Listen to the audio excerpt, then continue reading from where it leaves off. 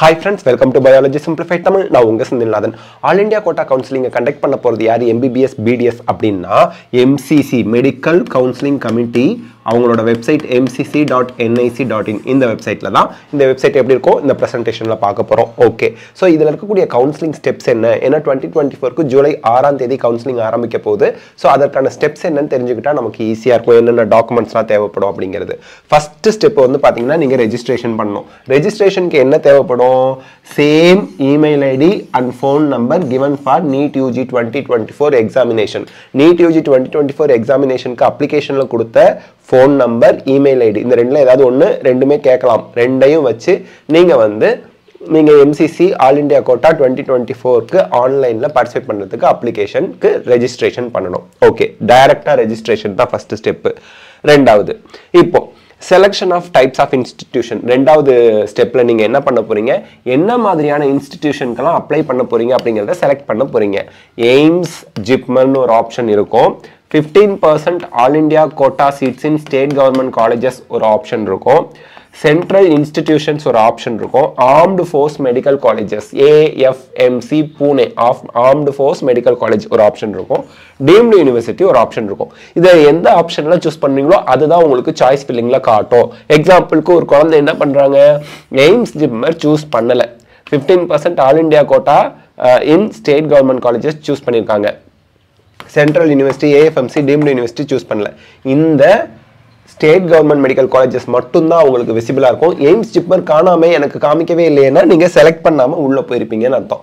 So உங்களுக்கு என்ன கல்லூரிகள் வேணும், என்ன டைப்ஸ் ஆஃப் கல்லூரிகள் இன்ஸ்டிடியூஷன் வேணுங்கிறத செலக்ட் பண்ணிட்டு போகணும். சார் இதுல நீங்க பிரைவேட் மெடிக்கல் காலேஜஸ் போடலையே, பிரைவேட் மெடிக்கல் காலேஜ் எதுவுமே ஆல் இந்தியா கோட்டாவுக்கு வராது. அது ஸ்டேட் கவுன்சிலிங்ல தான் வரும். ஆல் இந்தியா கோட்டா கவுன்சிலிங்க்கும் பிரைவேட் மெடிக்கல் காலேஜஸ்க்கும் சம்பந்தம் இல்லை. எடுத்துக்காட்டுக்கு CMC வெள்ளூர் இருக்கு, தனலட்சுமி ஸ்ரீனிவாசன் பெரம்பலூர் இருக்கு, PSG கோயம்புத்தூர் இருக்கு.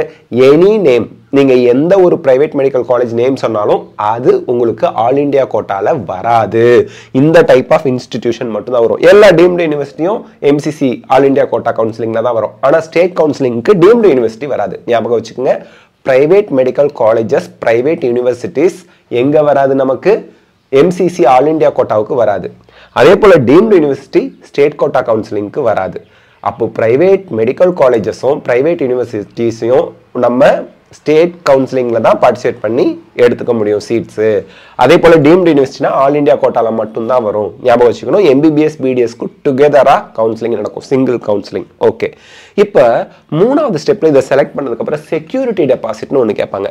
இந்த செக்யூரிட்டி டெபாசிட்ல பாத்தீங்கன்னா முதல்ல டீம்டு யூனிவர்சிட்டி தவிர இது எல்லாத்தையும் நீங்க செலக்ட் பண்ணியிருந்தா கூட உங்களுக்கு 5,000 அல்லது 10,000 தான் செக்யூரிட்டி டெபாசிட் வரும். இந்த வருஷம் ஏதாவது மாற்றம் இருக்கா பொறுத்து இருந்து பார்க்கணும். நான் போன வருஷம் டேட்டாவை வச்சு சொல்றேன். அதே டீம்டு யூனிவர்சிட்டி செலக்ட் பண்ணிட்டா 2,05,000 ரூபாய் நீங்க பே பண்ணணும். ஓகே, இப்ப பாருங்க, செக்யூரிட்டி டெபாசிட் பே பண்றீங்க. 5,000 அப்படிங்கிறது டீம்டு யூனிவர்சிட்டி செலக்ட் பண்ணாத OBC நான் கிரீமி லேயர், அதே போல SC ஸ்டூடெண்ட், ST ஸ்டூடெண்ட், இவங்களுக்கெல்லாம் பிசிக்கலி சேலஞ்சர் ஸ்டூடெண்ட்ஸ், இவங்களுக்கெல்லாம் 5,000 ரூபி. ஜெனரல் அன்ரிசர்வ்ட்ல வராங்கல்ல அவங்க 10,000 ரூபி. இது யாருக்கு? இந்த ரெண்டுங்க டீம்டு யூனிவர்சிட்டி செலக்ட் பண்ணாதவங்களுக்கு. நான் டீம்டு யூனிவர்சிட்டி செலக்ட் பண்ணிட்டேங்கிற எல்லாருக்குமே 2,05,000. டீம்டு யூனிவர்சிட்டி செலக்ட் பண்ணிட்டேன் சார் அப்படிங்கிற எல்லாருக்குமே 2,05,000 ரூபாய் செக்யூரிட்டி டெபாசிட். சரி சார், இந்த செக்யூரிட்டி டெபாசிட் பாதுகாப்புக்காக ஒரு டெபாசிட் பண்ண சொல்றாங்களே, இந்த செக்யூரிட்டி டெபாசிட் எங்களுக்கு ரீஃபண்ட் பண்ணிடுவாங்களா? எந்த பேங்க் அக்கவுண்ட்ல இருந்து பே பண்றீங்களோ அந்த பேங்க் அக்கவுண்ட்டுக்கே ரீஃபண்ட் பண்ணுவாங்க. கவுன்சிலிங்லாம் முடிஞ்சதுக்கு அப்புறம் ரீஃபண்டபிள் தான். ஆனா ஒரு நட்சத்திரம் போட்டிருக்கோம் பாத்தீங்களா, ஸ்டாரு. Conditions apply. என்ன கண்டிஷன்ஸ் அப்ளை? அதை நான் கவுன்சிலிங் ஃபர்ஸ்ட் ரவுண்ட் ஆரம்பிக்கும் போது உங்களுக்கு தெளிவா சொல்லிடுறேன். அதாவது உங்களுக்கு ஃபர்ஸ்ட் ரவுண்ட்ல சீட்டு கிடைச்சி ஜாயின் பண்ணிட்டீங்க, செக்யூரிட்டி டெபாசிட் ரீஃபண்ட் ஆயிரும். ஃபர்ஸ்ட் ரவுண்ட்ல சீட்டு கிடைச்சி ஜாயின் பண்ணலனாலும் செக்யூரிட்டி டெபாசிட் ரீஃபண்ட் பண்ணுவாங்க. பட் செகண்ட் ரவுண்ட்ல சீட்டு கிடைச்சது, ஜாயின் பண்ணிட்டீங்க, செக்யூரிட்டி டெபாசிட் ரீஃபண்ட் ஆயிரும். செகண்ட் ரவுண்டில் சீட்டு கிடச்சிது, நீங்கள் ஜாயின் பண்ணலை, கிடைச்ச சீட்டில் ஜாயின் பண்ணலன்னா செக்யூரிட்டி டெபாசிட் ஃபைனாக போயிடும். அது 2,50,000 10,000 5,000 எவ்வளவோ அது ஃபைனாக போயிடுங்கிறத ஞாபகம் வச்சுக்கணும். நம்ம அதெல்லாம் நம்ம எக்ஸ்பிளைன் பண்ணி வீடியோ திருப்பி போடுவோம் கவுன்சிலிங் வந்ததும். ஓகே, செக்யூரிட்டி டெபாசிட் பே பண்ணிட்டு சார், இந்த ஸ்டெப்பை இன்னும் கொஞ்சம் புரிகிற மாதிரி சொல்லுங்களேன். மொத்தம் எத்தனை நாளில் நடக்கும்? இங்கே பாருங்கள், போன வருஷம் ஃபர்ஸ்ட் ரவுண்டு 7ஆம் தேதி, ஆகஸ்ட் 7ஆம் தேதி ஆரம்பிச்சிருக்கு, ஆகஸ்ட் 30ஆம் தேதி முடிஞ்சிருக்கு, 23 நாட்கள் நடந்திருக்கு ஃபர்ஸ்ட் ரவுண்டு. ஓகேங்களா? சரி, ஃபர்ஸ்ட் ரவுண்டில் ஃபர்ஸ்ட் என்னது? Registration and payment. இது வந்து உங்களுக்கு 6 days நடந்திருக்கு. இந்த 6 daysலயே நல்லா ஞாபகம் வச்சுக்கணும், நம்ம 9th ஆகஸ்ட்ல 6 daysல ஆரம்பிச்சது 10th ஆகஸ்ட்ல இருந்தே சாய்ஸ் ஃபில்லிங் வந்துருச்சு. இப்போ இது 6 day இது 6 டேனா 12 நாள்னு நீங்க தனித்தனியா கூட்டக்கூடாது. இது 9ஆம் தேதி ஆரம்பிச்சது, இது 10ஆம் தேதி ஆரம்பிச்சது. 9ஆம் தேதியில இருந்து 6 நாள் இதுக்கு, 10ஆம் தேதியில இருந்து 6 நாள் இதுக்கு. எதுக்கு? Choice filling and locking. Choice ஃபில்லிங்னா என்ன? என்னென்ன கல்லூரிகள்லாம் நீங்க சேர்ந்து படிக்க விரும்புறீங்க, அன்லிமிட்டட் நம்பர், இத்தனை காலேஜ் தான் போட முடியுங்கிற ஒரு ரூல்ஸ் எல்லாம் கிடையாது. 500 காலேஜ் 1000 காலேஜ் எத்தனை காலேஜ் இருக்கோ அத்தனையும் நீங்க சாய்ஸ் ஃபில் பண்ணலாம் உங்க விருப்பத்துக்கு. ஆனா நீங்க சாய்ஸ் ஃபில் பண்ணாத காலேஜ்ல உங்களுக்கு சீட் அலாட் ஆகாது அப்படிங்கறத நீங்க இந்த இடத்துல தெரிஞ்சுக்கணும். ஓகே, அடுத்து ப்ராசஸிங் ஆஃப் சீட் அலாட்மெண்ட் 16ஆம் தேதி நடந்திருக்கு. அதாவது ஒரு 2 days எடுத்துக்கிறாங்க. ஓகேங்களா? சாய்ஸ் ஃபில்லிங் சாய்ஸ் லாக்கிங்க்கு அடுத்த நாள் ப்ராசஸிங் பண்றாங்க. இது நமக்கும் இதுக்கும் சம்பந்தம் இல்லை. ரிசல்ட் 18ஆம் தேதி விட்டுருக்காங்க, ஒரு நாள். அதாவது சாய்ஸ் ஃபில் பண்ணதுல இருந்து சாய்ஸ் லாக் கடைசி நாள் முடிஞ்சது இல்லையா, அதுல இருந்து 3ஆவது நாள் ரிசல்ட் விட்டாங்க. உங்களோட டாக்குமெண்ட்டை எம்சிசி போர்ட்டல்ல அப்லோட் பண்றதுக்கு ஒரு நாள் டைம் தராங்க. கவுன்சிலிங்ல பார்ட்டிசிபேட் பண்றதுக்கு உங்களுக்கு எது தேவையில்லை? டாக்குமெண்ட்ஸ் தேவையில்லை. இந்த டாக்குமெண்ட் கூட காலேஜ்ல போய் தான் போன வருஷம் அப்லோட் பண்ணாங்க, ஞாபகம் வச்சுங்க.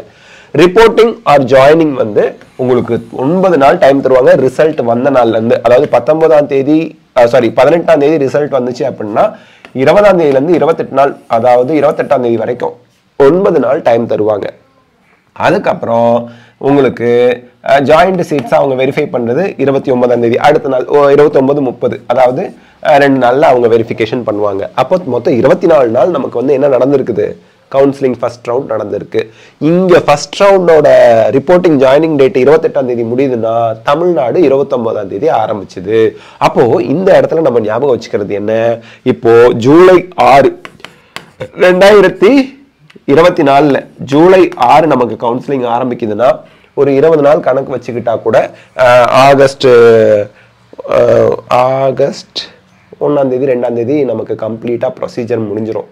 அப்போ ஜூலை லாஸ்ட் வீக்லயே நமக்கு தமிழ்நாடு கவுன்சிலிங் ஆரம்பிக்கிறதுக்கான வாய்ப்புகள், அப்ளிகேஷன் ஓப்பன் ஆகிறதுக்கான வாய்ப்புகள் அதிகமாக இருக்கு. ஜூலை லாஸ்ட் வீக்லயோ அல்லது 3rd வீக்லயோ நம்ம உஷாரா இருந்துக்கணும். ஜூலை 3rd வீக்ல தமிழ்நாடு மெடிக்கல் செலெக்ஷனுக்கான அப்ளிகேஷன் ஓப்பன் ஆகிறதுக்கு வாய்ப்புகள் அதிகமாக இருக்கு. ஜூலை 3rd வீக் ஞாபகம் வச்சுக்கோங்க. ஓகே, இப்படிதான் ப்ரொசீஜர் நடக்குது. சரி, இப்போ வெப்சைட் என்ன சார்? mcc.nic.in வந்தீங்க அப்படின்னா இவங்க தான் UG medical, MDS, PG medical, super speciality இதெல்லாம் நடத்துறவங்க. இப்போ எம்டிஎஸ் கவுன்சிலிங்க்கு ரெஜிஸ்ட்ரேஷன் சாய்ஸ் ஃபில்லிங் போயிட்டு இருக்கு.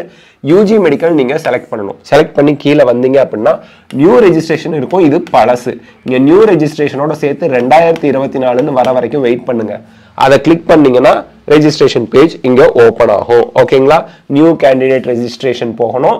இது வந்து பாத்தீங்க அப்படின்னா இதுக்குள்ள போகும்போது ரெஜிஸ்ட்ரேஷன் எப்படிங்கிறதெல்லாம் காமிக்கும். ஓகே, ஸோ இப்போ ஜூலை 6 2024 நமக்கு கவுன்சிலிங் ஸ்டார்ட் ஆக போகுது. கவுன்சிலிங்ல பார்ட்டிசிபேட் பண்றதுக்கு டாக்குமெண்ட் எதுவும் அப்லோட் பண்ண தேவையில்லை. பட் உங்களுக்கு சீட் அலாட் ஆனதுக்கு அப்புறம் யாருக்கெல்லாம் சீட் அலாட் ஆனிச்சோ அவங்க மட்டும்தான் எம்சிசி போர்ட்டல்ல அவங்களோட டாக்குமெண்ட்ஸ் அப்லோட் பண்ணணும். காலேஜில் போய் ஒரிஜினல்ஸை சப்மிட் பண்ணணும். ஞாபகம் வச்சுங்க, ஒரிஜினல்ஸ் நீங்கள் என்ன காலேஜ் அலாட் ஆனிச்சோ அங்கே கண்டிப்பாக சப்மிட் பண்ணாதான் அங்கே ஸ்மூத்தாக உங்களுக்கு அட்மிஷன் ப்ரொசீஜர் சக்ஸஸ்ஃபுல்லாக நடக்கும். So these all R the counselling steps. July 6 ஆரம்பிக்க போகுது இல்லையா, அதற்கான கவுன்சிலிங் ஸ்டெப்ஸ்.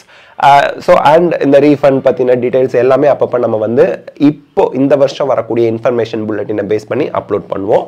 எல்லாத்தையுமே தெளிவாக எக்ஸ்பிளைன் பண்ணி சொல்லுவோம். இந்த வீடியோ உங்களுக்கு ஹெல்ப்ஃபுல்லாக இருந்தால் லைக், ஷேர், கமெண்ட் பண்ணுங்க. பயாலஜி சிம்பிளிஃபைட் தமிழ் சேனலுக்கு சப்ஸ்கிரைப் பண்ணுங்க. Because your support is our strength. Thank you.